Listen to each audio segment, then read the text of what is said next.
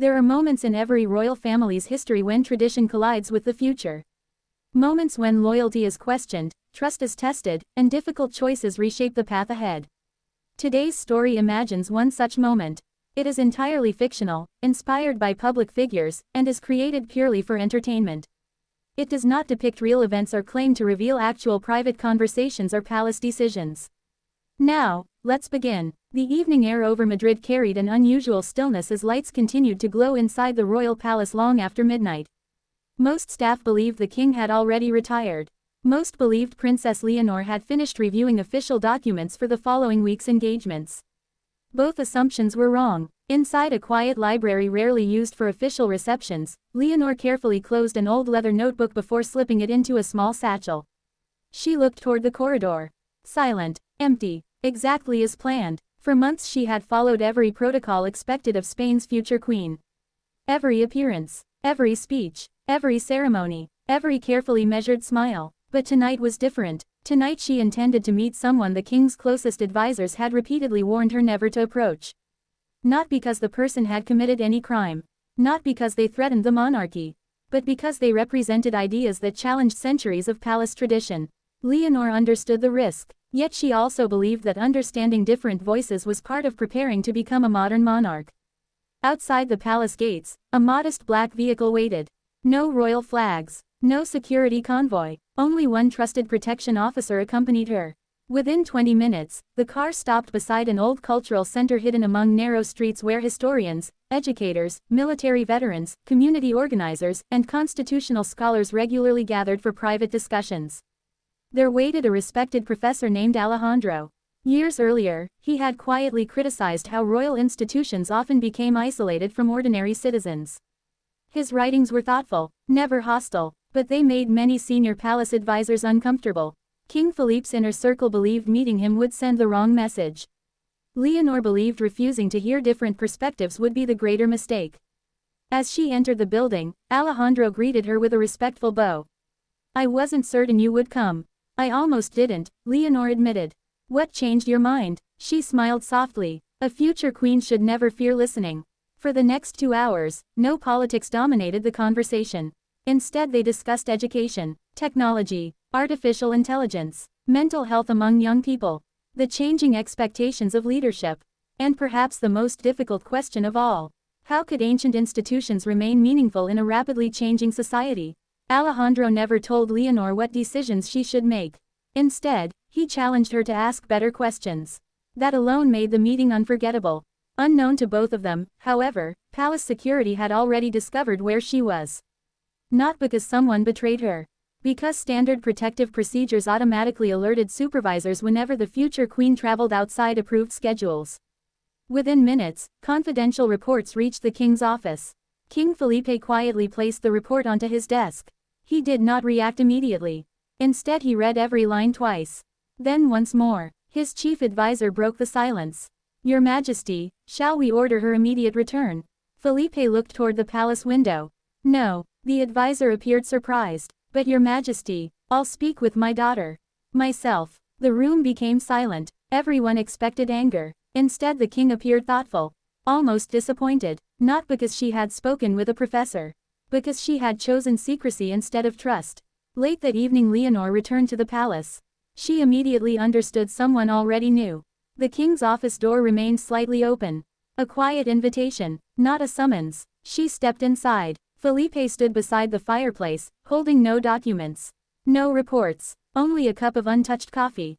"You met Professor Alejandro." It wasn't a question. Leonor nodded. "Yes." "Why in secret?" She paused before answering. "Because I believed I would be forbidden." Felipe slowly sat down. "And if you had asked?" "I thought the answer would be no." Several long seconds passed. Neither raised their voice. Neither interrupted. Finally Felipe spoke. "When I became king, I promised myself something." Leonor listened carefully. "I would never surround myself only with people who agreed with me." She looked surprised. "But, I also promised that every meeting involving the future of the crown would happen openly." He leaned forward. "Secrecy creates suspicion." Leonor lowered her eyes. "I wasn't trying to deceive you. I know. I simply wanted to learn. And learning," Felipe answered gently, "has never been the problem." The conversation might have ended there. Instead, Felipe asked another unexpected question. What did you learn? Leonor smiled for the first time that evening. I learned that people outside these walls don't expect perfection. They expect honesty. The king's expression softened. That lesson took me years to understand. Over the following days, whispers quietly spread throughout palace offices. Nobody outside the inner household knew exactly what had happened. Only that several planned meetings had been cancelled. New advisory sessions appeared on the calendar. And Leonor's schedule suddenly included visits to universities, innovation centers, hospitals, and community organizations that had never before welcomed senior members of the royal household.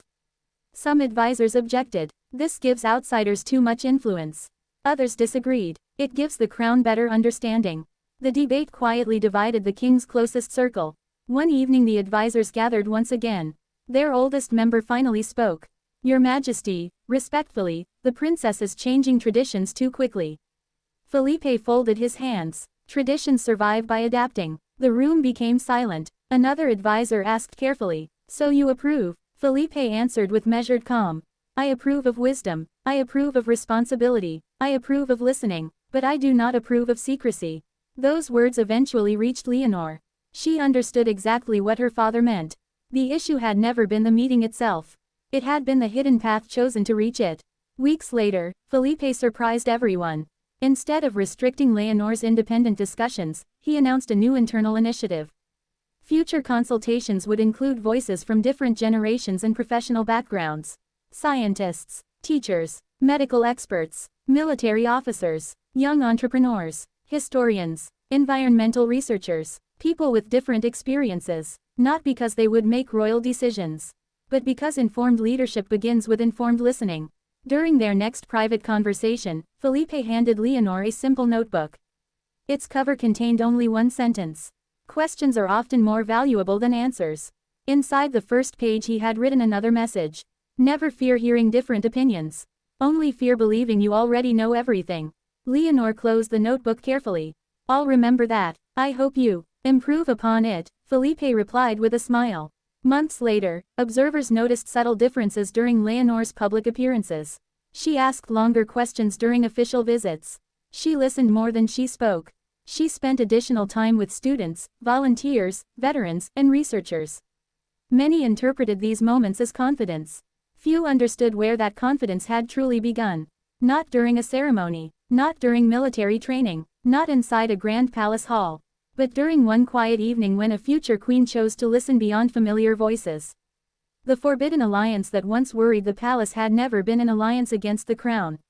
It had become an alliance with understanding. The greatest lesson Leonor carried forward wasn't that rules should be ignored. It was that rules exist to protect institutions, while wisdom ensures those institutions continue serving the people. King Felipe had feared losing control. Leonor had feared never being heard. In the end, both discovered something stronger than authority. Trust. Perhaps every generation believes it must choose between preserving the past and embracing the future. Yet the strongest leaders rarely choose only one. They carry the best of yesterday while remaining open to tomorrow. And sometimes, the most courageous act inside any palace is not winning an argument. It is choosing to listen before making history. Thank you for watching. If you enjoyed this fictional royal drama inspired by public figures, don't forget to like, subscribe, and share your thoughts in the comments. What would you have done if you were in Princess Leonor's position? Would you have taken the risk, or followed palace tradition?